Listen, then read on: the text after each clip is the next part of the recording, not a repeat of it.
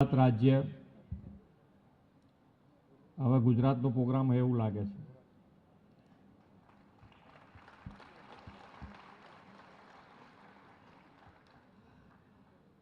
ગુજરાત રાજ્ય non resident Gujarat foundation દ્વારા આયોજિત સદાકાળ ગુજરાત કાર્યક્રમમાં આપણી સૌની સાથે મંચ ઉપર ઉપસ્થિત મધ્યપ્રદેશના રાજ્યપાલ માનનીય શ્રી મંગુભાઈ પટેલ, મધ્યપ્રદેશના નાયબ મુખ્યમંત્રી શ્રી રાજેન્દ્ર શુક્લાજી, મારા સાથી મંત્રી શ્રી હર્ષ સંઘવીજી, મધ્યપ્રદેશના સાંસદ અને ભારતીય જનતા પાર્ટી મધ્યપ્રદેશના પ્રમુખ શ્રી વિષ્ણુદત્ત શર્માજી,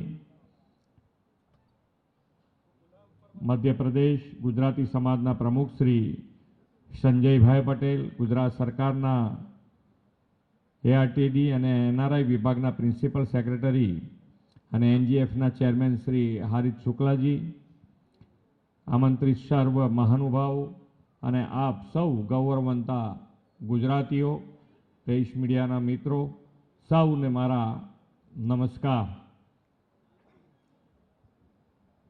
એકદમ સિરિયસ ના થઈ જશો.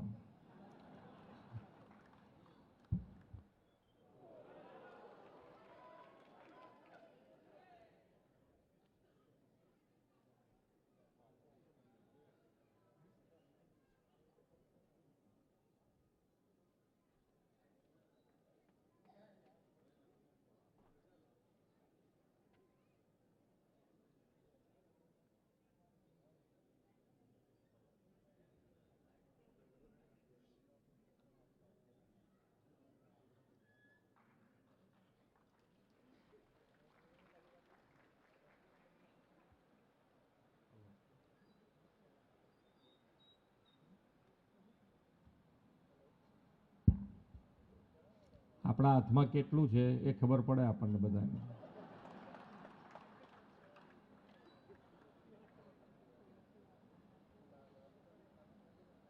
આપણા ગુજરાતીઓ બધા,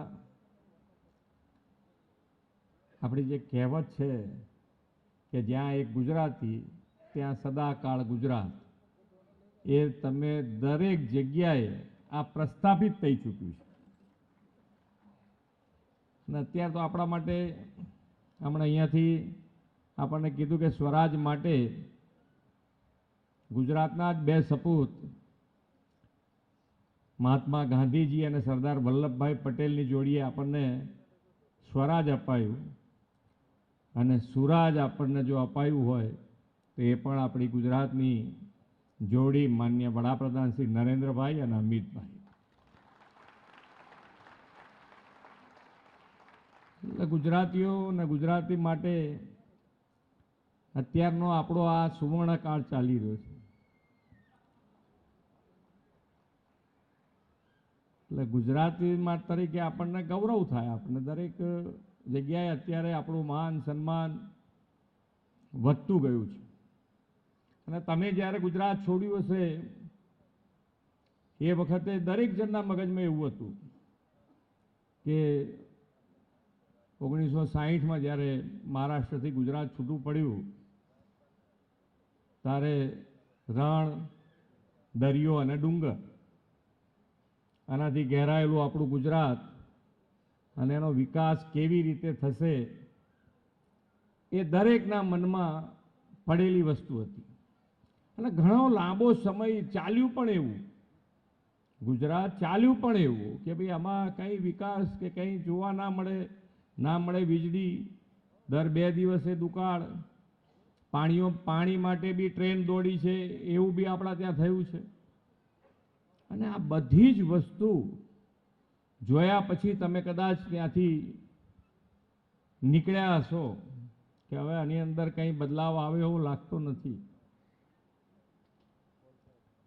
પણ એક નેતૃત્વ એવું મળે કે જે કેટલો મોટો બદલાવ લાવી શકે એ માન્ય નરેન્દ્રભાઈએ દેશ અને દુનિયાને બતાડ્યું છે. ગુજરાત જે પરિસ્થિતિમાં હતું અને એક વસ્તુ સમજી લો કે ભાઈ જ્યારે જ્યારે નાની મોટી વસ્તુ ઇલેક્શન આવે, ઇલેક્શનમાં જે કેમ્પેન થાય એ, પણ એ કેમ્પેન પછી કામ કરવાની વૃત્તિ હોય તો જ આ વસ્તુ શક્ય બને. દરેકે દરેક નાનામાં નાના માણસ માટે, છેવાડાનો માણસ એ મુખ્ય પ્રવાહમાં કેવી રીતે આવે એના માટે માન્ય નરેન્દ્રભાઈએ હર હંમેશ કામ કર્યું છે. અને એટલે જ તમે જુઓ ગુજરાતમાં જ્યારે જે પરિસ્થિતિ હતી, જ્યારે માન્ય નરેન્દ્રભાઈ ગુજરાતના મુખ્યમંત્રી હતા ત્યારે પાણીની પરિસ્થિતિ, પાણીની અંદર સાથે સાથે લાઇટ, તો લોકો એવું કહેતા હતા કે વાળું ટાઈમે એટલે કે સાંજે જમવાના ટાઈમે આપણને લાઇટ મળે ને તોય ઘણું થઈ જાય, આનંદ થઈ જાય. આવી પરિસ્થિતિમાં માન્ય વડાપ્રધાન શ્રી વખતે મુખ્યમંત્રી બન્યા ગુજરાતમાં, આવી પરિસ્થિતિમાંથી ગુજરાત આજે દેશનું ગ્રોથ એન્જિન બન્યું છે, દેશનું ગ્રોથ એન્જિન બન્યું છે. નર્મદા નહેરની વ્યવસ્થા જે કરી છે કે જે નર્મદાનું પાણી એમને વહી જતું હતું, એ આખી સૌરાષ્ટ્રમાં સૌની યોજના અને કચ્છના છેક રણ સુધી નર્મદાનું પાણી આજે પહોંચ્યું છે. રોડ રસ્તા, 24 કલાક લાઇટ, આ બધી જ વ્યવસ્થા થયા પછી અને સાથે સાથે રોજગારી માટેની તકોની વાત કરીએ. આપણે ઘણી બધી વાતો સાંભળતા હોઈએ કે ભાઈ રોજગારી કે બેરોજગારીમાંથી બહાર કેવી રીતે આવવું. એ માન્ય વડાપ્રધાનશ્રીએ 2003માં ગ્લોબલ પ્લેટફોર્મ વાઇબ્રન્ટ ગુજરાત થકી 2003માં માન્ય નરેન્દ્રભાઈએ ગુજરાતમાં પૂરું પાડ્યું. અને આજે તમે જુઓ તો દરેકે દરેક રાજ્યમાં આ વાઇબ્રન્ટની શરૂઆત થઈ છે. ખૂબ બધા મોટી મોટી ઇન્ડસ્ટ્રીઝ, ગ્લોબલ ઇન્ડસ્ટ્રીઝ, આજે દુનિયાની સૌથી મોટી જે 500 ઇન્ડસ્ટ્રીઝ હશે એની અંદરથી 100 ઇન્ડસ્ટ્રીઝ, 100થી વધારે ઇન્ડસ્ટ્રીઝ આજે ગુજરાતમાં કાર્યરત છે. અત્યારે તો આપણે માન્ય વડાપ્રધાનશ્રીના નેતૃત્વમાં એક ભારત શ્રેષ્ઠ ભારત, અને એ દિશામાં જ્યારે આપણે આગળ વધતા હોઈએ ત્યારે મધ્યપ્રદેશમાં આપ સૌ રહો છો, મધ્યપ્રદેશમાં એમની સાથે ઊભા રહીને મધ્યપ્રદેશનો વિકાસ કેવી રીતે થાય એમાં તમે સહભાગી થઈ રહ્યા છો, ત્યારે ખૂબ સારી રીતે મધ્યપ્રદેશ પણ આ જ દિશામાં આગળ વધે. અને માનનીય વડાપ્રધાન શ્રી એક ભારત શ્રેષ્ઠ ભારતની જે સંકલ્પના કરી છે કે ભાઈ મધ્યપ્રદેશમાં જે સારી વસ્તુ હોય એ ગુજરાત અપનાવે, અને ગુજરાતમાં જે સારી વસ્તુ હોય એ મધ્યપ્રદેશ અપનાવે, અને આપણે માન્ય નરેન્દ્રભાઈનો એક ભારત શ્રેષ્ઠ ભારતનો સંકલ્પ પૂરો કરીએ. આ દિશામાં આપણે આગળ વધવા જઈ રહ્યા છીએ. દરેકે દરેક ક્ષેત્રે અત્યારે દેશમાં, આખા દેશમાં, હમણાં અહીંયાથી માન્ય ડેપ્યુટી સીએમ જે કહેતા હતા કે 75,000 મેડિકલ સીટો વધારવી છે. માન્ય વડાપ્રધાન શ્રીની સેવા ભાવના જુઓ. યોગથી આયુષ્યમાન સુધીની વ્યવસ્થા કરી છે કે ભાઈ તમારે રોગ નથી જોઈતો તો યોગ કરો, અને છતાંય આ દોઢ ભાગની જિંદગીમાં આપણે નથી કરી શકતા યોગ કેવું કશું, અને માંદા પડ્યા તો આયુષ્યમાન કાર્ડ છે તમારી પાસે, એનો ઉપયોગ કરીને તમે ખૂબ સારા થઈ જાઓ. એની પણ વ્યવસ્થા માન્ય નરેન્દ્રભાઈ. અને આ બધી વ્યવસ્થા પછી પહેલાં તમારે એના માટે ડૉક્ટરો તો જોઈએ ને. ડૉક્ટરોની વ્યવસ્થા આ છેલ્લા 10 વર્ષમાં તમે જુઓ, અને જે પહેલાં 60 વર્ષમાં ભારત દેશમાં જે ડૉક્ટરો હતા એ અત્યારે છેલ્લા 10 વર્ષમાં બમણા થયા છે, બમણા. અને તો વ્યવસ્થા થાય. ગામે ગામ તમારે વ્યવસ્થા જોઈએ છે આપણે મેડિકલ. તો એ મેડિકલની વ્યવસ્થા કેવી રીતે થાય? ડૉક્ટર જ ના હોય તો કેવી રીતે પહોંચી પડે? પણ ડૉક્ટરો કંઈ એક દિવસમાં થોડું જ આ કંઈ ફેક્ટરી છે તો ભાઈ રાતો રાત દિવસ કામ ચલાવીશું ને આપણે ડૉક્ટર લઈ લઈશું. એનાનું આયોજનબદ્ધ રીતે સીટો વધારી છે, અને દરેકે દરેક જિલ્લે અત્યારે આપણે મેડિકલ કોલેજ કરવા જઈ રહ્યા છે. દરેક જિલ્લામાં એક મેડિકલ કોલેજ હોય. અહીં આપણા રાજ્યપાલ મહોદય બેઠા છે, ગુજરાતમાં અંબાજીથી ઉમરગામ સુધીનો આદિવાસી પટ્ટો છે. એની અંદર સાયન્સ કોલેજ નહોતી. સાયન્સ કોલેજ નહોતી. વિદ્યાર્થીઓ ભણે કેવી રીતે? ડોક્ટર ક્યાંથી બને? એન્જિનિયર. આજે દરેકે દરેક જિલ્લે આદિવાસી પટ્ટામાં સાયન્સ કોલેજ છે અને સાથે સાથે મેડિકલ કોલેજ પણ ત્યાં છે. આ વ્યવસ્થા ઊભી કરી છે. અત્યારે ગુજરાત દરેક ક્ષેત્રે આગળ છે. જે ઉભરતા ક્ષેત્રો જેને કહી શકાય, તો ઉભરતા ક્ષેત્રોમાં પણ ગુજરાત આજે ક્યાંય પાછળ નથી. આજે જે ચીપની વાત કરીએ છીએ, અત્યારે બધાને મોબાઈલ હાથમાં જોઈએ. મોબાઈલ જો બહાર મુકાયા હોય તો આપણને એમ લાગે કે આપણે ખાલી એમને એમ બેઠા છે, કશું છે જ નહીં આપણી પાસે. આપણું હાર્ટ જાણે બહાર પડ્યું એવું લાગે. આ એ મોબાઈલની અંદર દરેકે દરેક જગ્યાએ અત્યારે જેટલી પણ આપણે જીવન જરૂરી ચીજો છે એની અંદર જે ચીપ વપરાય છે, એ ચીપની વાત જે છે, સેમિકન્ડક્ટરની વાત છે, એ સેમિકન્ડક્ટર ઇન્ડસ્ટ્રીઝ ફોરેનથી આપણે અહીંયા લાવવા માટે દરેકે દરેક વડાપ્રધાનશ્રીએ એના માટે પ્રયત્ન કર્યો. દરેક વડાપ્રધાનશ્રીએ પ્રયત્ન કર્યો છે. પણ સફળતા ફક્ત અને ફક્ત જો કોઈને મળી હોય તો એ માનનીય વડાપ્રધાન શ્રી નરેન્દ્રભાઈ મોદીને મળી. અને આપણા માટે આનંદની એ વાત છે કે આ સેમિકન્ડક્ટરનું પ્લાન્ટ સૌથી પહેલો ગુજરાતમાં શરૂ થયું. અને આજે 3 ઇન્ડસ્ટ્રીઝ એની અંદર કામ કરી. ગ્રીન એનર્જીની વાત છે. દરેકે દરેક જગ્યાએ અત્યારે મધ્યપ્રદેશ હોય કે ગુજરાત હોય કે આખું ભારત હોય, ગ્રીન એનર્જી તરફ આખો દેશ માનનીય નરેન્દ્રભાઈ 2070 સુધીમાં નેટ ઝીરોની વાત કરી છે.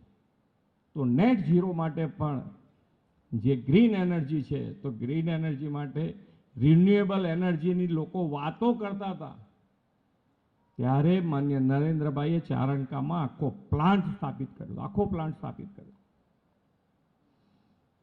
આ દૂરમદેશની સાથે જ્યારે ગુજરાત અને ગુજરાતની સાથે સાથે આજે દેશ માન્ય વડાપ્રધાનશ્રીના નેતૃત્વમાં જે રીતે આગળ વધી રહ્યો છે, દરેકે દરેક ક્ષેત્રની વાત છે. તમારે કામ કરવું છે, લોકોને ઉપયોગી થવું છે.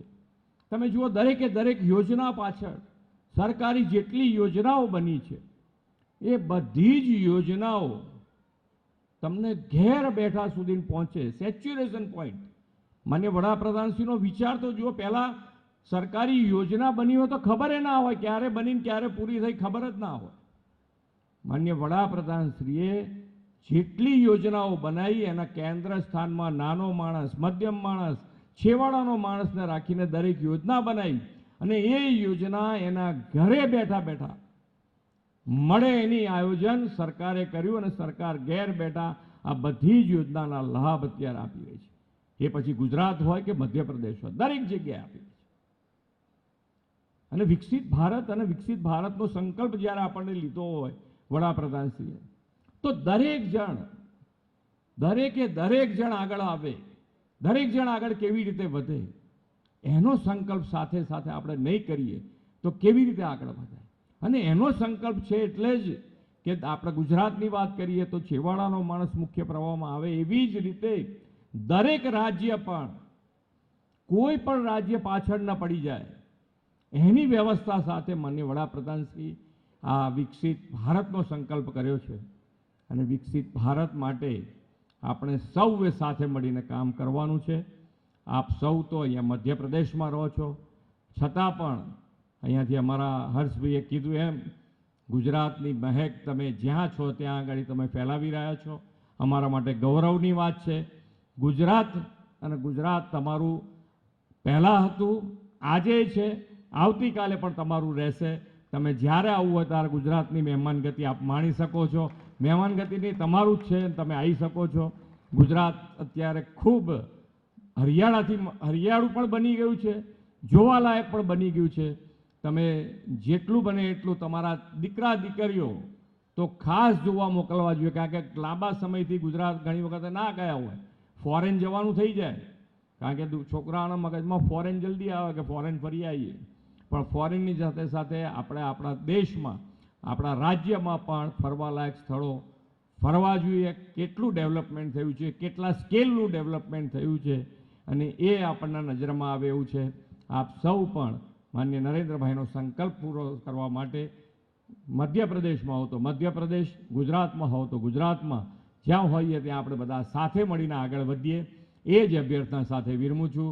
ભારત માતા કી જય, વંદે માતરમ, જય જય ગરવી ગુજરાત, જય મધ્ય પ્રદેશ. प्रदेश के अध्यक्ष श्री वीडी जी, गुजराती समाजનું ભાગદોડ જેમના ખભા પર તમે સૌએ આપી છે એવા શ્રી સંજયભાઈ અને ગુજરાત સરકારના એનઆરજી વિભાગની જવાબદારી સંભાળતા શ્રી હરીશ શુક્લાજી, અહીં ઉપસ્થિત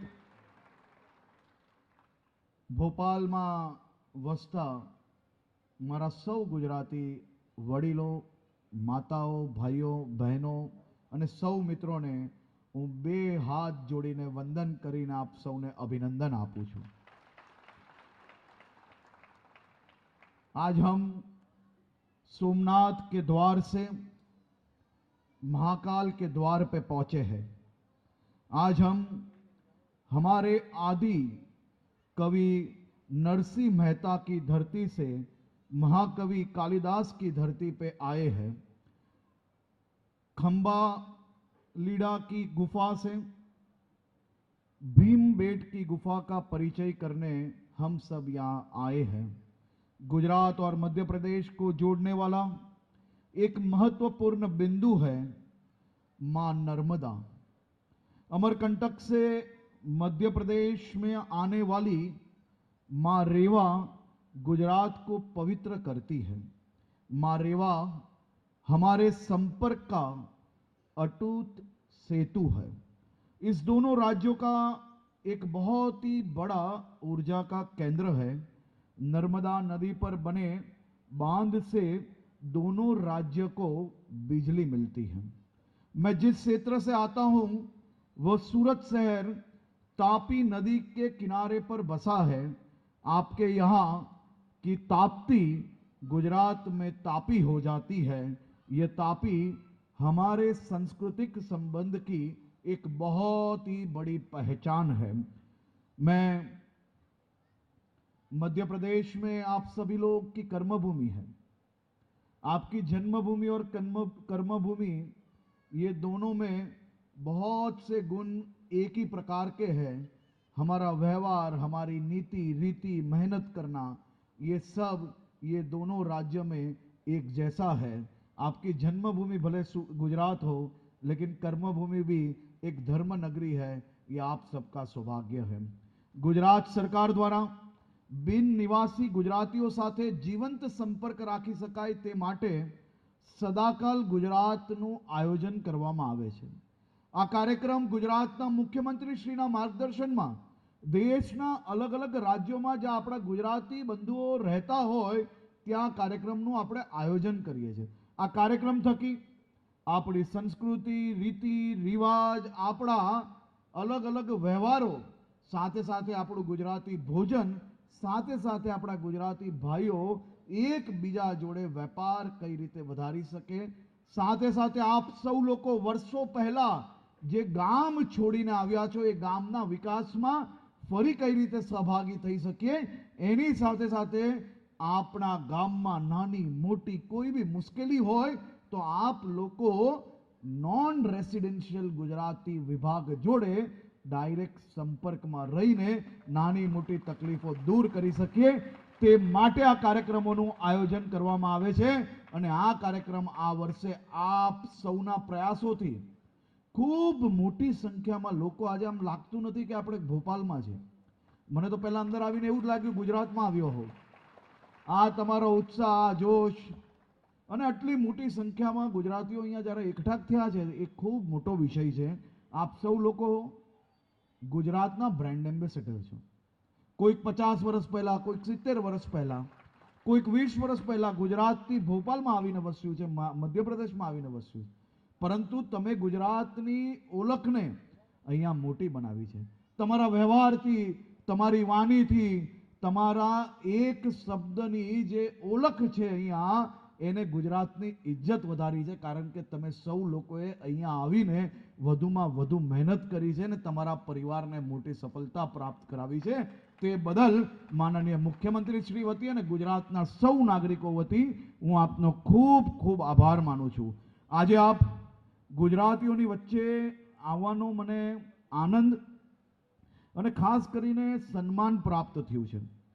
આપને ભલે ગુજરાતથી દૂર રહીએ છે, પણ તમારા હૃદયમાં ગુજરાતી સ્વભાવ, ગુજરાતી વાણી વ્યવહાર આ બધું જીવંત જોઈને મારા જેવા ગુજરાતીને ખૂબ આનંદ અને ખરેખર ગર્વ થાય છે. આટલા વર્ષો પહેલાં તમે ગુજરાત છોડ્યું, પરંતુ આજે તમારા ચહેરા ઉપર, આંખોમાં, તમારી વાતોમાં, એક એક શબ્દોમાં ગુજરાતીપણું છલકાઈ આવે છે. એ આપણા સૌ માટે ખૂબ ગર્વની વાત છે. તમારી આવનારી પેઢી એ આપણા વિચારોને સમજી શકે. તમે કયા ગામમાં કઈ રીતે મોટા થયા, તમે કઈ રીતે તમારું જીવન જીવ્યા, તેને સમજી શકે, દેખી શકે, માની શકે. તે માટે રાજ્ય સરકાર દ્વારા સદાકાલ ગુજરાતના માધ્યમથી તમારા બાળકોને, યુવાનોને ગુજરાત દર્શન કરાવવામાં આવે છે. આ વર્ષે બી અનેક યુવાનો મધ્યપ્રદેશથી ગુજરાતમાં આવ્યા હતા. તે સૌ લોકોને મારે મળવાનું થયું હતું. મુખ્યમંત્રી શ્રી દ્વારા એ લોકો માટે બધી જ વ્યવસ્થાઓ કરવામાં આવી. ગુજરાતના અલગ અલગ સ્થાનો એ લોકોએ વિઝિટ કર્યા અને જે લોકો ગુજરાતના અલગ અલગ સ્થાનો જોઈને આવ્યા હતા, તેમણે પોતાના દાદા, દાદી, પરદાદાઓ એની વાતો જ્યારે એ લોકો બેઠકની અંદર કરતા હતા, એ જોઈને મને ખૂબ આનંદ થયો. અને મુખ્યમંત્રીશ્રીએ જણાવ્યું કે આવનારા વર્ષોમાં આ જ પ્રકારે તમારા સૌના દીકરા દીકરીઓને ગુજરાત બતાવવું, માત્ર ગુજરાત બતાવવું એટલું જ નહીં, ગુજરાતની સંસ્કૃતિ એમના જીવનમાં ઉતારી શકાય તે માટે આ પ્રવાસના માધ્યમથી આવનારા દિવસોમાં જે સંખ્યા છે એ વધારવામાં બી આપણે પ્રયાસ કરી રહ્યા છે. ફરી એકવાર હું ગુજરાતી समाज ने खूब खूब अभिनंदन आपू छू. हमारे वीडी भाई साहब आज बता रहे थे कि गुजराती समाज द्वारा भोपाल हो या फिर इंदौर हो, कोरोना जैसा महाकाल हो या मध्य प्रदेश में छोटी मोटी कोई भी तकलीफ आई हो, गुजराती समाज ने हमेशा बहुत ही बड़ा योगदान दिया है. योगदान ये मात्र कोई